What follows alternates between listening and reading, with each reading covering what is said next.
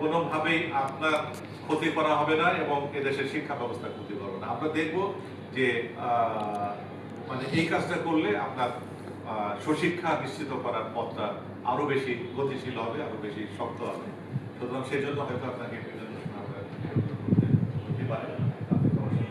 দেখবেন এবং যেটা মানে এই মুহূর্তে শ্রেণীকক্ষের শ্রেণী শাখা নিয়ে খুব বিরাট সমস্যা চলছে। শিক্ষক যারা আছে ওই চলে গেলে সেই জায়গায় আবার ওই যে সমন্বয় করার কথা বলে, কিন্তু সমন্বয় করা সম্ভব না, ফলে ওই সমস্ত জায়গায় মানে নতুন করে যে শাখা অনুমোদন দেওয়া হচ্ছে না। অনেক জায়গায় বিভিন্ন শিক্ষা প্রতিষ্ঠানের শাখা কিন্তু অনেক আছে, কিন্তু সেগুলি অনুমোদন দিতে পারছে না। এবং অনুমোদন না দেওয়ার ফলে যেটা হচ্ছে, সেখানে একদিকে শিক্ষকরা মানবত জীবনযাপন করছে এবং ছাত্রছাত্রীরা ঠিক সুশিক্ষা থেকে বঞ্চিত হচ্ছে।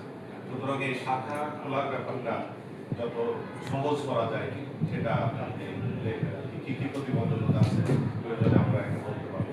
শাখা খোলাটা তাহলে ম্যানেজিং কমিটি শাখায় আমি মনে করি এখনো ওই যে হাজিরা সুনিশ্চিত করা অর্থাৎ আমরা যদি ওই যে ইয়ে করতে পারি, কি বলে, বায়োমেট্রিক পদ্ধতিতে যদি হাজিরা নিশ্চিত করতে পারি সমস্ত শিক্ষা প্রতিষ্ঠানগুলি, এবং সেই শিক্ষা প্রতিষ্ঠানগুলি তথ্য সংগ্রহ সাথে সাথে তথ্য সংগ্রহ করা যায়। প্রাইমারিতে বোধহয় এই কাজটি শুরু হয়েছে।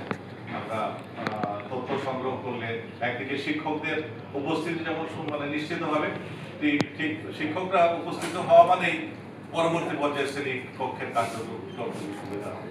সুতরাং ঢাকা বোর্ড থেকে আপনার এই প্রশাসনিক কাজের পাশাপাশি শিক্ষার উন্নয়নের জন্য কাজগুলি কিভাবে সহজকরণ করা যায়, প্রয়োজনে সরকারের পক্ষ থেকে যে সমস্ত শিক্ষা প্রতিষ্ঠানের হয়তো এই ধরনের ক্যাপাসিটি নাই, সেখানে মানে সরকারের পক্ষ থেকে সেই ক্যাপাসিটি যেন তাদের সেই সামর্থ্য আসে, সেই সহযোগিতা একটু করতে হবে বিভিন্ন সময়। আর বিভিন্ন শিক্ষা প্রতিষ্ঠান, এটা যদিও আপনার না, তবু আপনাকে বলতে হবে যে বিভিন্ন শিক্ষা প্রতিষ্ঠান, বিশেষ করে ফ্যাসিস্ট সরকারের যারা মনোরঞ্জন করে চলতে পারেনি সেই সমস্ত শিক্ষা প্রতিষ্ঠানগুলিকে মানে বৈষম্যের শিকার হয়েছে, সেই সমস্ত শিক্ষা প্রতিষ্ঠানের কোনো রকমের অবকাঠামোগত উন্নয়ন মানে দেওয়া হয়নি।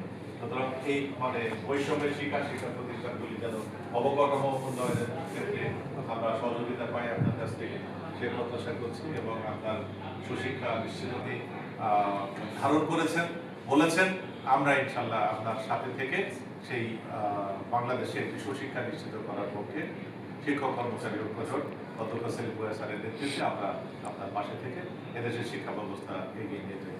এবং আপনি অত্যন্ত গুরুত্বপূর্ণ অনেকগুলি মিটিং থাকা সত্ত্বেও আমাদের সাথে সময় দিয়েছেন, এই জন্য আপনাদেরকে ধন্যবাদ জানাচ্ছি শিক্ষক সমাজের পক্ষ থেকে। আশা করি আপনার নেতৃত্বে আমরা কাজ করে এদেশের শিক্ষা ব্যবস্থার উন্নয়নের কাজ করব।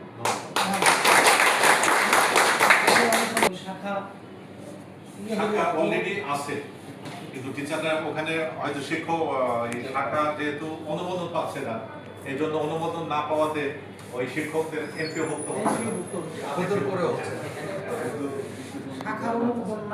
হ্যাঁ, শাখার অনুমোদন